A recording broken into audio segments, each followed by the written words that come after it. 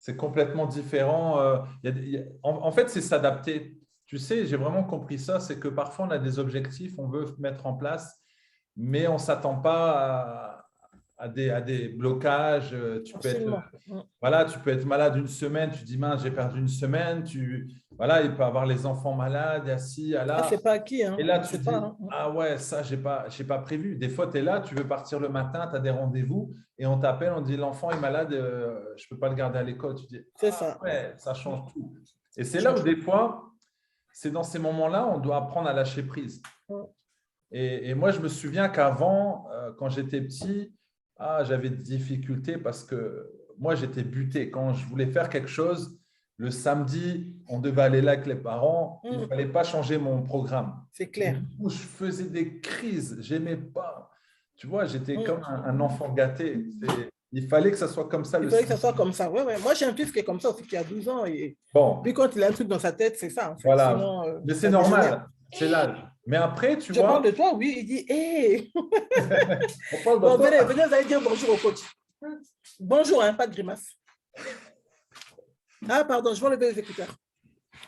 Comme ça, mes collègues aussi vont vous voir. Bonjour. Ouais, champion.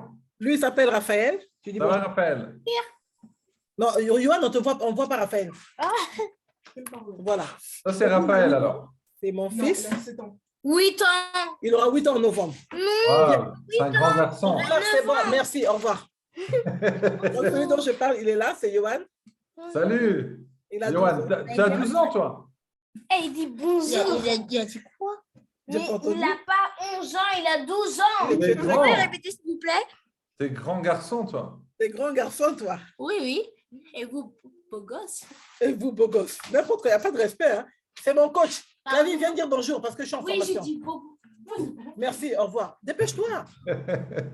Les Voilà. enfants. Et ça, c'est ma fille. Salut, championne. Elle a bientôt. Bonjour, monsieur. Il s'appelle Max, c'est le coach Max. Merci, au revoir. Comme ça, les collègues vont vous voir après. Non, c'est Elle a bon. quel âge ta fille? Elle a quel âge ta fille? Ma fille, elle va avoir 14 ans en juillet, le 14. Ah ouais. Et moi, je vais avoir 9 ans le 30 On novembre. a dit au coach que tu avais 8 ans. Merci, au revoir. Les enfants. S'il vous plaît. Non, je suis en formation, non? Voilà. Franchement, je pense que ceux qui vont voir le replay après, ils seront morts de rire. Non, mais c'est pas grave, t'inquiète pas. Mais tu vois, comme je disais, en fait, pour l'instant, c'est normal, tu vois, quand il a une idée, il faut que ça soit comme ça et tout. Mais après, en fait, tu réalises que, et surtout quand tu prends Dieu, quand tu sais que Dieu est au contrôle, ben, des fois, en fait, Dieu permet d'autres choses. Tu vois, il permet d'autres situations. Et quand tu vas dans l'autre chemin, tu dis, ah non, moi, je ne veux pas aller là-bas. Et quand tu y vas, tu dis, ah ouais, tout compte fait, j'ai compris, c'est là que je devais aller. Et du coup, moi, maintenant, bah oui, maintenant, j'ai plus 12 ans, tu vois. Mais avant, j'étais comme ton fils, je ne voulais pas du tout que… Ah, moi, je sais que c'est compliqué, hein, même à l'école, quand il y a un truc, dès qu'il y a un changement de programme, le collège appelle, parce que là, il est en 6e.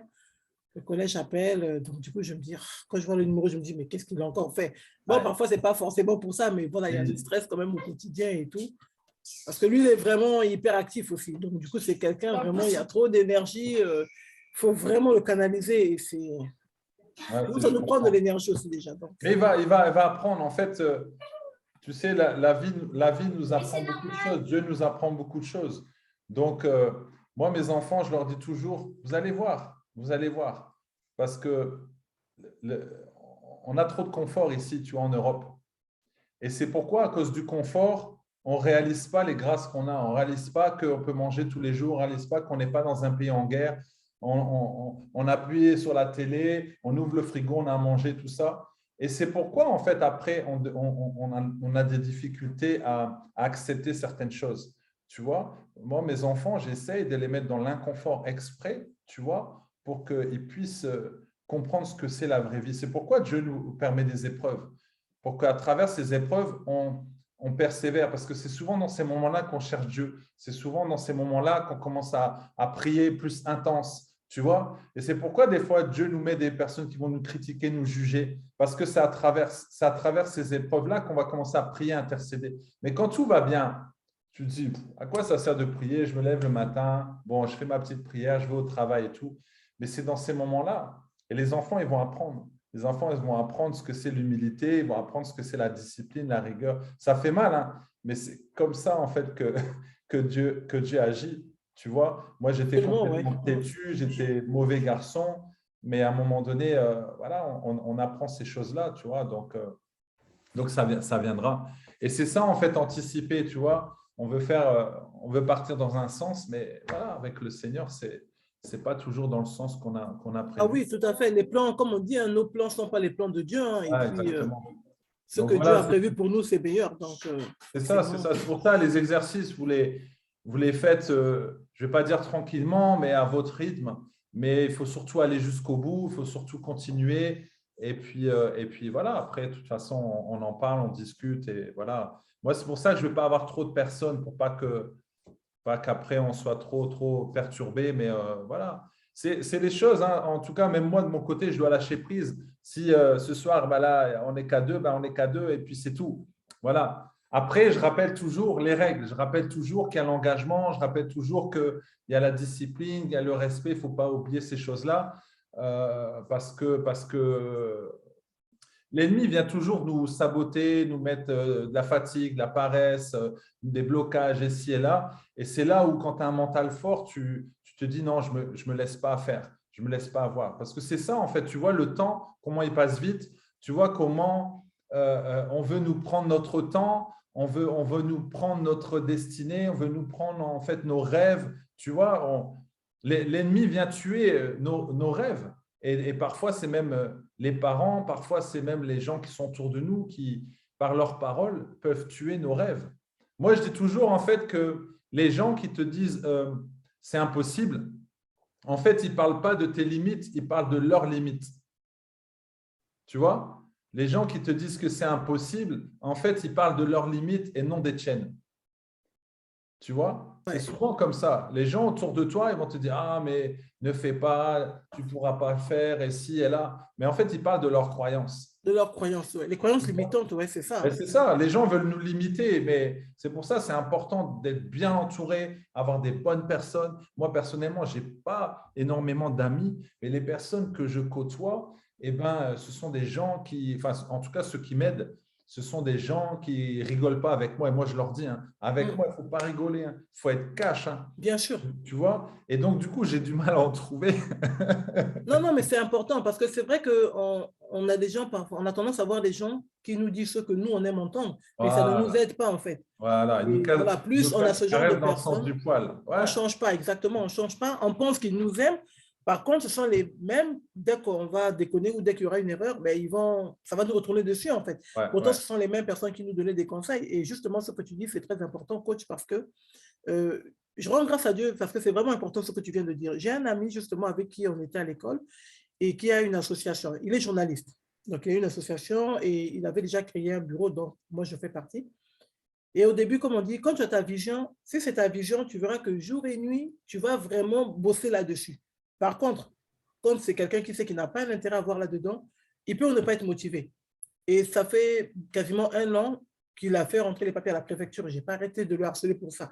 À un moment donné, c'est comme si je lui ai mis la pression, mais il s'est rendu compte que finalement, j'étais la bonne personne en fait. Parce que moi, je me dis, on est des bénévoles, il y en a, bon, on n'est pas obligé, mais c'est ta chose. Il faudrait que tu prennes vraiment le temps, qu'on puisse voir aussi que tu es motivé, comme ça, nous aussi, ça va nous motiver.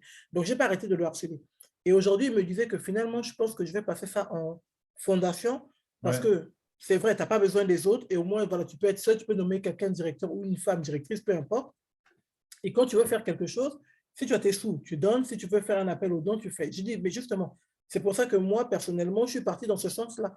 Parce que moi, je suis congolaise d'origine, mais je sais, nous, les Congolais, si c'est pour la sape, manger les brochettes et tout, nous sommes les premiers. Non, mais je parle avec le cœur. Moi, je suis congolaise, je n'ai pas de honte à ça. Hein. Nous sommes les premiers pour ça, mais quand il faut vraiment aider les autres et passer aux choses sérieuses, il n'y a personne.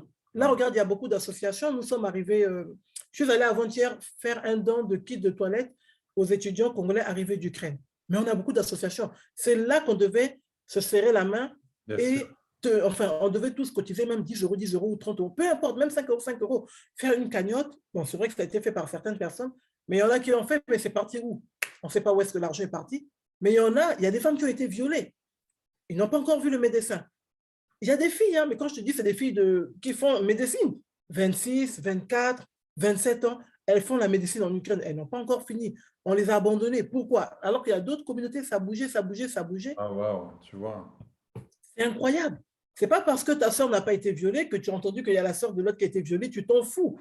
Personne n'est à l'abri. Nous aussi, un jour, on s'est levé. À Brazzaville, il y a eu la guerre. Moi, j'étais à Pointe-Noire. Bon, Dieu merci, il n'y a pas eu la guerre. Mais mon grand frère a fui la guerre. Mon grand frère aussi est parti quelque part. Donc, je me dis, s'il est parti dans une maison où on l'a reçu, on lui a donné une brosse à dents, une pâte et tout, mais aujourd'hui, moi, je vois une Congolaise, peu importe, même une Ivoirienne ou je ne sais pas quoi, je donne. C'est tout. Oui. Et Ouais. mais voilà. Ça, c'est la compassion, tu vois. On manque vraiment de compassion, même entre nous, les chrétiens. Et Incroyable. ça, c'est dommage parce que ça manque d'amour et les gens souffrent parce qu'ils manquent d'amour.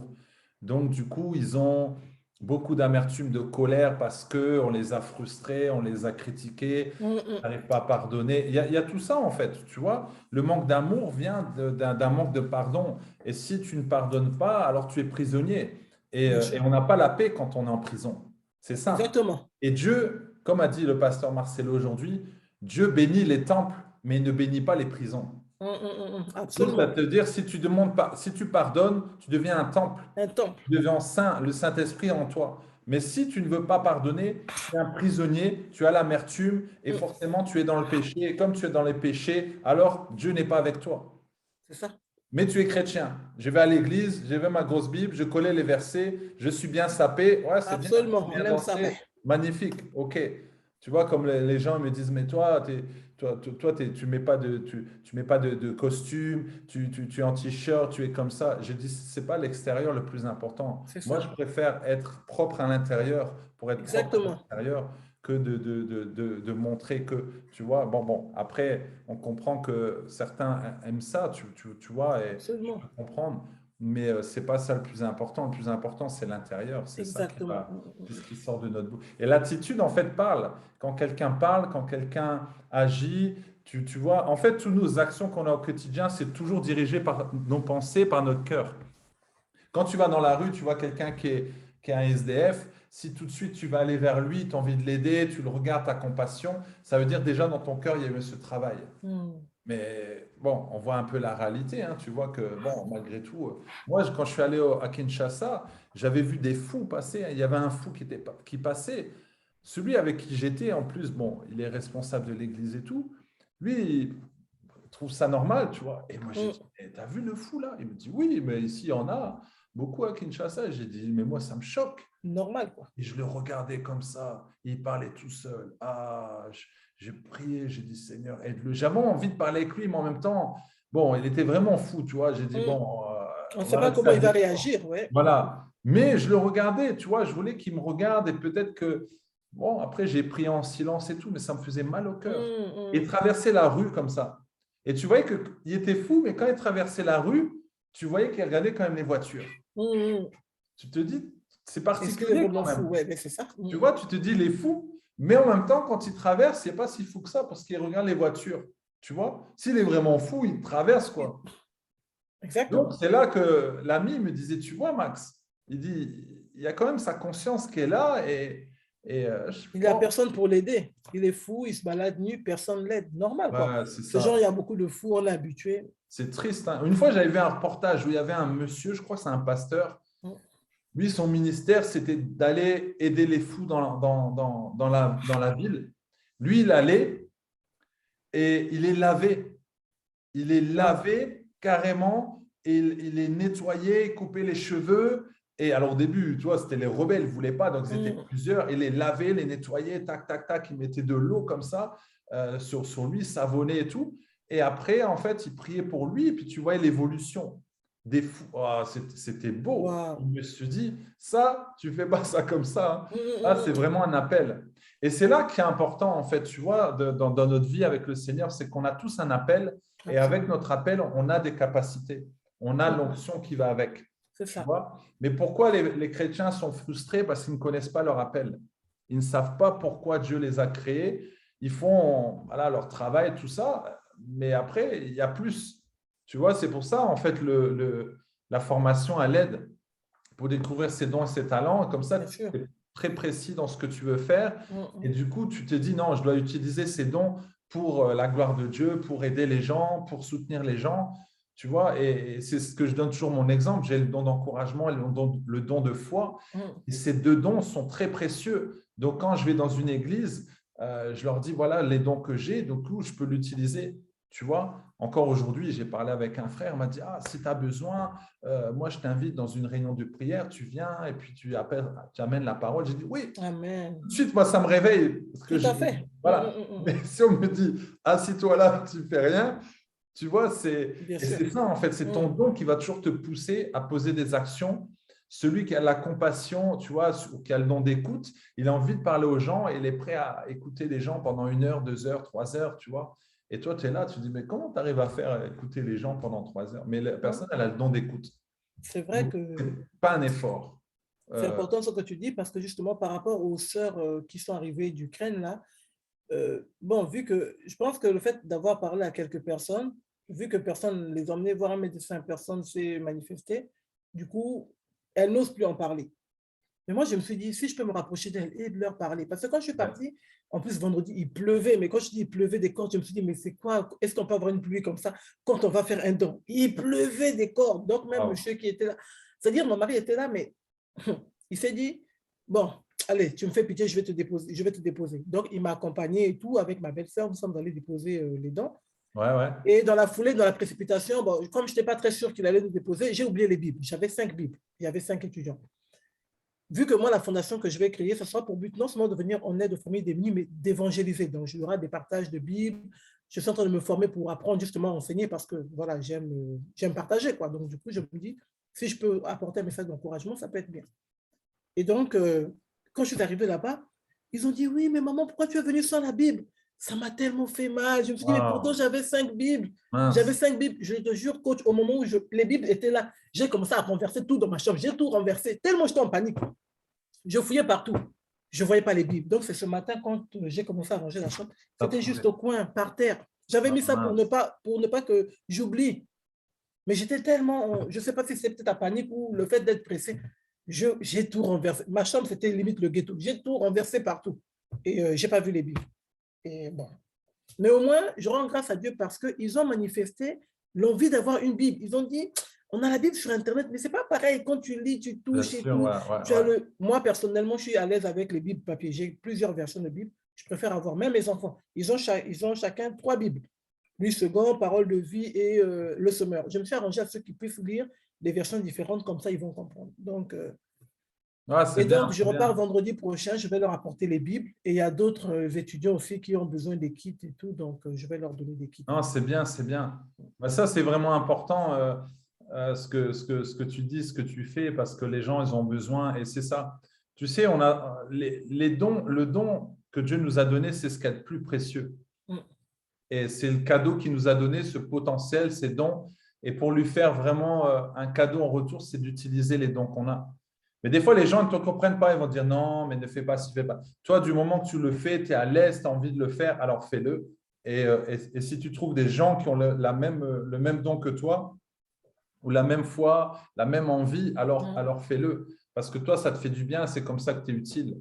Mais dans ce monde, c'est vraiment ça. C'est vraiment dans le monde où on est, les gens ont besoin vraiment de soutien, ils ont besoin d'encouragement. Tu vois, même les musulmans, là, il y a un gars musulman à Paris, c'est un kebab, et il a vu les étudiants, comment c'était difficile pour eux, et du coup, il a proposé un kebab gratuit. Donc, ils pouvaient venir chercher un kebab ou un burger. Et puis là, maintenant, il a recruté des étudiants et il donne en fait gratuitement. Voilà, bon, après, derrière, je ne sais pas comment il gère ça, mais en fait, il aide vraiment les étudiants. Donc, en même temps, ça lui fait une bonne pub, mais en même temps, il aide. Et là, je me dis, mais ça c'est top. C'est vraiment des choses comme ça qu'on doit faire. Ça, c'est bien, voilà. ça. Après, ça dépend du cœur, ça dépend des choses qu'on a vécues. En général, les choses qu'on a vécues dans notre vie nous servent vraiment à aider les personnes qui sont passées par ces moments-là. Souvent, tu remarques la femme qui a été battue, quand elle sort de là, de cette difficulté, elle va aider des femmes qui sont battues. Tu vois, parce qu'elle sait ce que c'est, elle est sortie de là. Et c'est pour ça, des fois, Dieu permet ça. Parce que quand tu es passé par là, tu sais ce que c'est. Tu comprends, tu sais ce que c'est. Tu peux l'aider. et du coup, tu as les capacités pour le faire. Voilà. C'est pour ça, parfois, on dit, Seigneur, pourquoi les épreuves? Pourquoi ci, pourquoi ça? Mais c'est parce qu'à chaque fois, on apprend quelque chose. Moi, je bénis le Seigneur des épreuves que j'ai eues. Tout ce que j'ai eu, je suis content. Je bénis le Seigneur pour ça. Parce que sinon, mais c'est ça qui a fait la personne que tu es aujourd'hui. Hein. Oui, voilà. Sinon, franchement, non, j'aurais fait un autre travail. Mais là, maintenant, non, je ne peux pas faire autre chose. C'est ça que j'ai envie de faire, même si des fois, c'est difficile. Parce que je ne le dis pas, mais j'ai des épreuves. Des fois, j'ai envie d'abandonner. Des fois, je me dis, ah, qu'est-ce que je fais? Et le Seigneur me rattrape toujours en disant, n'oublie pas. Je suis venu te chercher, n'oublie pas. Il faut continuer, il faut persévérer. Et c'est ça. C'est ça. C'est vraiment la persévérance. L'ennemi est toujours là pour nous ralentir dans toute situation, mais on doit toujours savoir pourquoi on se lève, pourquoi on est là. C'est ce que je disais, l'engagement en fait. L'engagement qu'on fait, ok, c'est avec moi dans la formation, mais c'est surtout avec Dieu. Quand on est chrétien, c'est avec Dieu. Parce que Dieu permet certaines choses. Donc, parfois, on se dit, bon, je n'ai pas le temps, j'avais ci à faire, j'avais ça et tout. Mais c'est là que tu vois qu'en fait, on perd notre temps dans des choses qui sont pas essentielles. Parce que souvent, les gens me disent, ah, mais moi, je remets toujours au lendemain. Bon, ça, j'aime pas le faire, je le fais pas, tout ça. Et j'ai dit, en fait, la procrastination, c'est juste un manque de priorité. C'est ça. Parce que moi, je disais à une personne qui me dit, oui, je remets toujours au lendemain, j'arrive pas à être motivé, à ci, à là. J'ai dit, si demain, je te dis rendez-vous à 2 heures du matin dans tel parking, là, c'est sûr que tu viens à 2 heures du matin, à 1h58, tu es déjà là. Si je te dis à 2 heures du matin, je te donne 20 000 euros, c'est sûr que tu seras là. Qui est fou, même une demi-heure avant, je serai là. Tu vois, voilà. Là, tu ne vas même pas dormir. Tu vois, après, je disais aussi, quand tu dois aller au pays, tu dois prendre l'avion. Toi qui es toujours en retard, là, c'est bizarre. Tu arrives à être à l'heure pour l'avion. C'est vrai. Moi, je ne dors jamais. Quand je voyage la veille, je ne dors même pas. Voilà. J'ai peur de rater l'avion. Tu vois, et pourtant, on est souvent en retard, tout ça, mais on se dit quand c'est l'avion. Mais comment ça se fait que tu es à l'heure? Oui, parce que si je ne suis pas à l'heure, l'avion, il part. Alors, moi, j'ai dit oui, ben pour les bénédictions, c'est pareil. C'est pareil. Des fois, tu n'es pas à l'heure, la bénédiction, elle va partir. C'est vrai. C'est ça que si tu dis ça dans ta tête, que c'est comme l'avion, c'est-à-dire si on te donne un rendez-vous, alors peut-être que derrière, le Saint-Esprit, il te met au défi de viens au rendez-vous. Parce que moi, je veux que tu sois à telle heure, à cette heure-là, tu reçois la bénédiction. Des fois, tu vois même dans l'église, on te donne rendez-vous à midi, les gens ils arrivent à 12h30. C'est ça. Et peut-être à midi, il y avait une parole pour toi. C'est à ça. midi, il y avait une bénédiction. Absolument. Moi, si le culte il est à midi et j'arrive à 12h05, pour moi, je préfère encore pas aller. Je préfère pas partir. J'ai raté le culte. Moi, j'aime bien venir à un quart d'heure avant. Tu vois, comme ça, tu es posé, tu es tranquille. Tu discutes un peu, tu t'installes, ça y est, ça commence, même s'il n'y a personne. Et ça, ce sont des choses, en fait, bon, c'est l'éducation, c'est quelque chose, c'est une discipline, en fait, à avoir. Et je pense que c'est ça qu'on doit vraiment avoir, cette discipline. Moi, j'ai encore à travailler sur moi, sur certaines choses, mais c'est vraiment cette autodiscipline à se dire, voilà, je m'organise pour être là. Par exemple, ce soir, bon, après, je ne sais pas comment ça se passe avec les autres personnes, mais c'est de s'organiser pour être là. À 20h15, moi, je m'organise pour être là. Bien sûr. Il faut savoir que quand je me connecte à 20h15, moi, j'ai fait un Zoom avant de 19h à 20h05. Donc, j'ai le temps de faire bisous à ma femme, les enfants, je monte et je me connecte. Exactement. Et je suis là. Et là, j'attends, tu vois, que les personnes arrivent. C'est pas cool, ouais. Pourtant, on est dimanche soir. Je pourrais être tranquille en bar avec les enfants. Tranquille, oui, tout à fait. Bon, je ne suis pas là en train d'essayer de me plaindre ou quoi, mais tu vois, ça fait partie de la discipline. Et je pense que Dieu voit ça. Quand on est fidèle aux petites choses, c'est comment la parole si tu es fidèle en peu de choses, Dieu va te confier de grandes choses. De grandes choses, exactement. Et Dieu voit déjà si on est fidèle à l'heure, si on est fidèle par rapport aux finances, si on est fidèle par rapport aux petites choses qu'il nous donne au quotidien. Et après, on dit, Seigneur, moi, je vais être béni, mais tu n'exauces pas mes prières. Il va dire, je t'ai déjà confié quelque chose, je suis en train de voir si tu es capable de rester de gérer ton salaire déjà. Grand chose, tu vois. Et c'est là qu'on se dit, ah, Seigneur, aide-nous, parce que parfois, ce n'est pas facile. Tu vois, moi, à un moment donné, je priais, je dis, Seigneur, envoie-moi plus de clients. Il m'a dit, déjà, tu vas te concentrer sur ce que je t'ai donné. C'est ça. Et tu dois être fidèle avec eux, être bien discipliné et faire bien le travail. Et tout de suite, j'ai dit, non, c'est vrai. Parfois, on veut toujours plus de clients. Tu Mais on ne vois, fait pas bien les choses. tu en as 10, mais tu en veux plus. Il dit, ben, concentre-toi déjà sur les 10. Et c'est là que tu te dis, mais si tu te concentres sur les 10, en fait, eux vont t'amener d'autres clients. Parce que des fois, tu en as 10, tu te dis, OK, c'est bon, voilà, ils sont là, c'est bien, ils font le coaching. Et puis toi, tu en veux plus. Et après, tu peux négliger un peu. Et en fait, c'est cette notion de négligence. Il faut vraiment faire attention à ne pas négliger, comme là, les exercices, vraiment essayer de faire de son mieux, même si parfois, ce n'est pas facile. Mais je suis sûr, sur une semaine, quand tu calcules 24 heures par jour, tu peux avoir au moins 1 heure pour travailler, au moins une demi-heure, au moins 20 minutes. Si tu calcules. Les gens qui disent « Ah, je n'ai pas le temps, je suis trop pris », tout ça, on arrive toujours à trouver. C'est soit il ne faut pas regarder la série Netflix, soit il ne faut pas regarder 30 minutes de téléphone, soit il ne faut pas… tu vois. Et des fois, c'est même, comme ils disent les Ivoiriens, les palabres. Oui, les palabres. Tu peux palabrer pendant 30 minutes qui ne sert à rien. Quelqu'un t'appelle, tu dis ah oui, ah oui, ah oui. On fait 2 heures au téléphone, ça c'est vrai. Moi, je suis la première. 30 minutes. Ah oui, ah si, ah oui, ah ça. Tu as vu, ah là. Toi, tu es congolaise, tu sais. Ah, le prophète Joël Tatou, il vient de se marier. Tu as vu, c'est la chante. Nanani, nanana. Tu vois un peu le truc.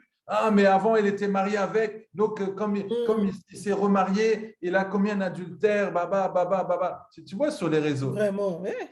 Laisse tranquille. Moi, je me suis déconnecté même de ça parce que ça tue trop le temps. Moi, je sais que j'étais accro aux réseaux sociaux. Je dis non. Tu vois, moi, je regarde de temps en temps et je vois les gens, ils commencent à débattre, Bon, après, c'est Dieu qui décide. Bien sûr. OK, la Bible dit, voilà, si tu divorces, tu te remaries, tu commets un adultère, OK, mais qui on est pour juger? J'ai vu quelqu'un qui a dit, oui, c'est pas bon ce qu'il a fait, Et après, il y en a un qui l'a dit, mais est-ce qu'on ne peut pas avoir un peu d'amour entre frères et sœurs? C'est ça. Tu vois, parce que même s'il a fauté, même s'il a fait des erreurs… Qu'on arrête de toujours jeter la pierre aussi. Tu vois, et ça, c'est un gros problème. Parce que je ne sais pas comment ça se passe chez les musulmans, mais je pense que si un imam qui a fait une erreur, je ne sais pas s'ils vont commencer à le mettre sur le réseau. Je n'ai jamais entendu de scandale chez les musulmans. L'imam, il a fait ci, l'imam, il a fait ça. Moi, je pense que si l'imam a fait une erreur, je crois que les musulmans ils se mettent ensemble et ils vont chez lui. Ils disent, bon, on va prier, on va… Il ne faut pas que les gens de l'extérieur voient ça. Et là, c'est comme s'ils aiment bien… Tu vois, il y a même des chaînes YouTube qui se créent. Bon, désolé pour le Congo, mais j'ai l'impression que chez vous, au Congo, vous aimez trop… On aime trop les polémiques. Les histoires. On aime trop détruire les autres. Ça, c'est c'est même pas l'autodestruction. C'est vraiment ça, c'est la sorcellerie seulement.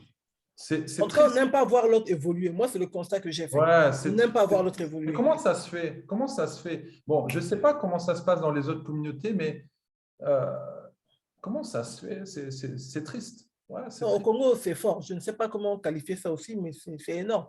Là, la preuve en est, par exemple, justement, je parlais des étudiantes qui sont arrivées d'Ukraine. Il y a un autre site dans lequel, en fait, elles étaient 4. Et il y a 3, bon, je ne sais pas si c'est des sœurs ou si elles sont du même quartier. Apparemment, elles ont eu un topo, genre, on va t'inscrire à la préfecture, il faut t'inscrire sur tel truc, je sais pas, on leur a donné un site. Et il fallait on devait les déplacer pour être vraiment dans un endroit pour avoir une date à la préfecture. Elles sont parties toutes les 3 sans prévenir la compatriote. Elles étaient 4 au départ. Elles viennent toutes d'Ukraine. Mais on vient dans un pays où on ne connaît personne. Mais on doit être soudés. Moi, j'étais choquée. La sœur, elle est restée toute seule.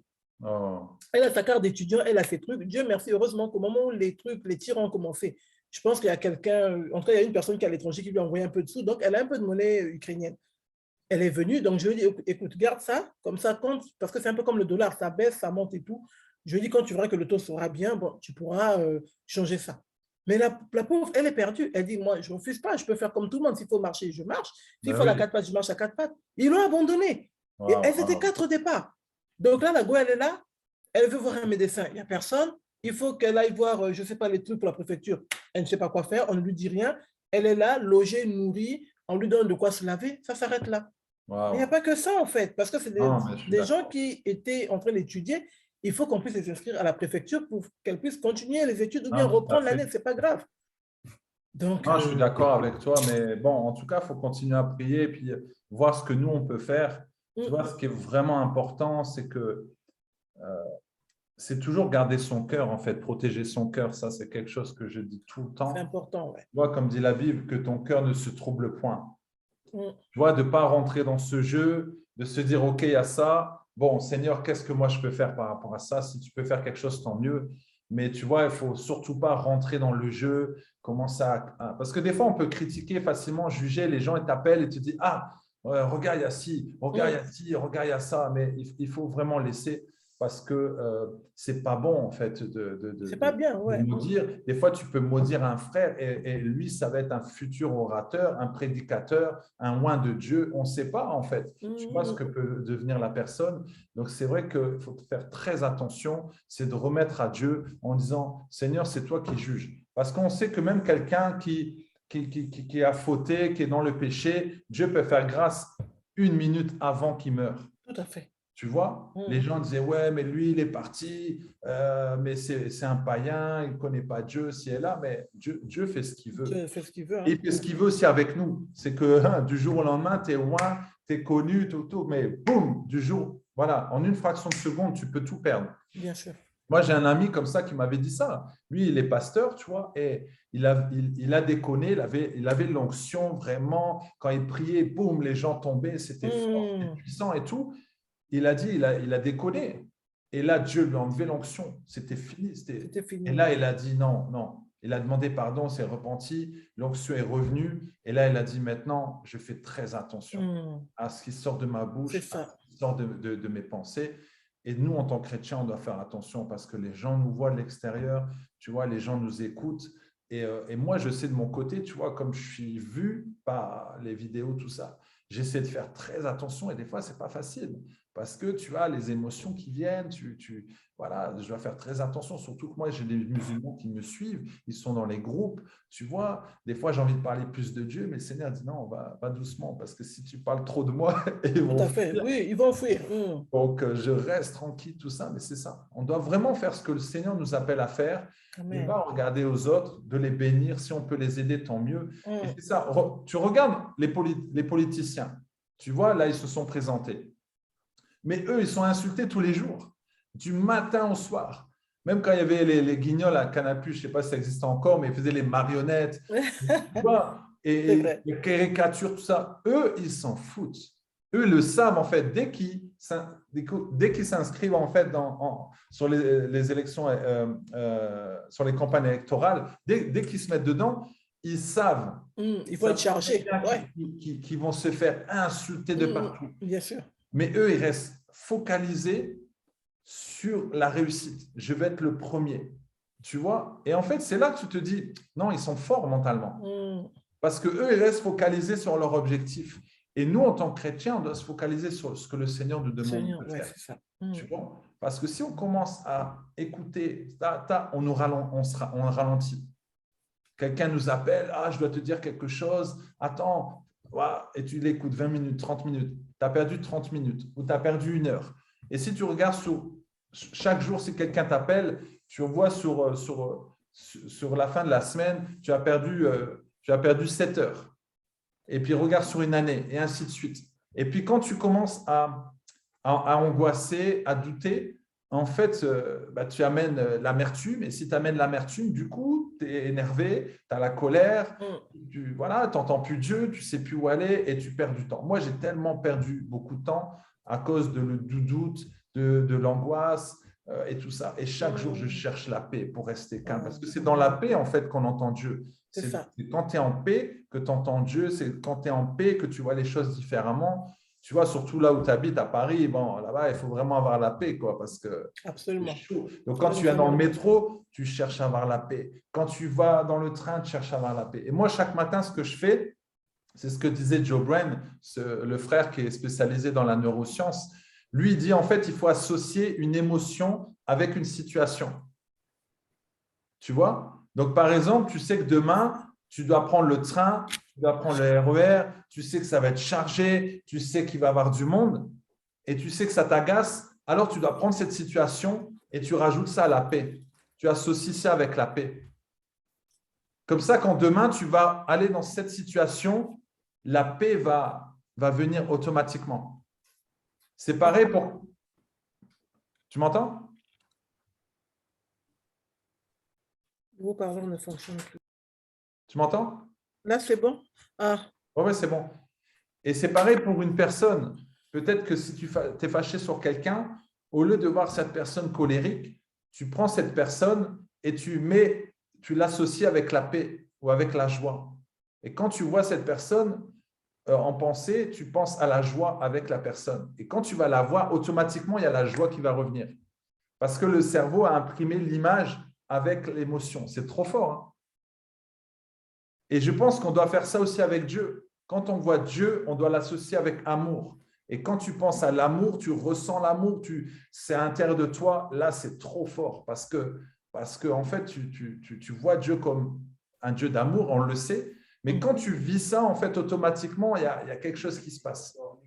Tu vois? Ça, c'est vraiment fort. Donc voilà ce que je peux te dire ce soir. Bon, merci beaucoup, coach. Vraiment, j'ai été béni. C'est vrai qu'on était restés, on était deux, mais c'était mon moment à moi. Donc, ouais, voilà. écoute, après c'est des moments de partage. Hein. C'est des Oui, bien moments de sûr. Mais partage. c'était, voilà, on a pu discuter et tout, on a échangé. C'est des moments de Et partage. Voilà. Parce Saint-Esprit, voilà. qu'habituellement, tu vois, quand je fais la formation, bon, ça dépend. Quand les personnes ils avancent, je leur dis alors où est-ce que vous en êtes? Et ils me disent, bah voilà, j'ai fait ci, j'ai fait ça, donc ils partagent. Mais Bien comme sûr. là, vous n'êtes pas au même rythme, bon, voilà, on J'espère discute, on que, partage. j'espère que dimanche prochain. Après, normalement, tu dois recevoir, je pense, les données par mail, en fait. Si on remplit le formulaire qui est juste Je les en bas de la vidéo.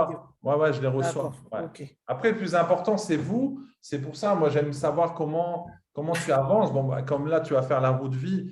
Après, les personnes, je les ai aussi en privé. Enfin, je veux dire, elles m'envoient des messages privés. Donc, tu peux aussi m'envoyer, me dire, bah, tiens, ça, je n'ai pas compris. Qu'est-ce que tu en penses, etc. Et comme ça, on peut en discuter. Oui, oui, bien sûr. Si je ne comprends pas, Là, j'enverrai un message. Il n'y a pas de souci. voilà. Là, les dimanches, c'est plus pour qu'on soit ensemble, on discute, on partage.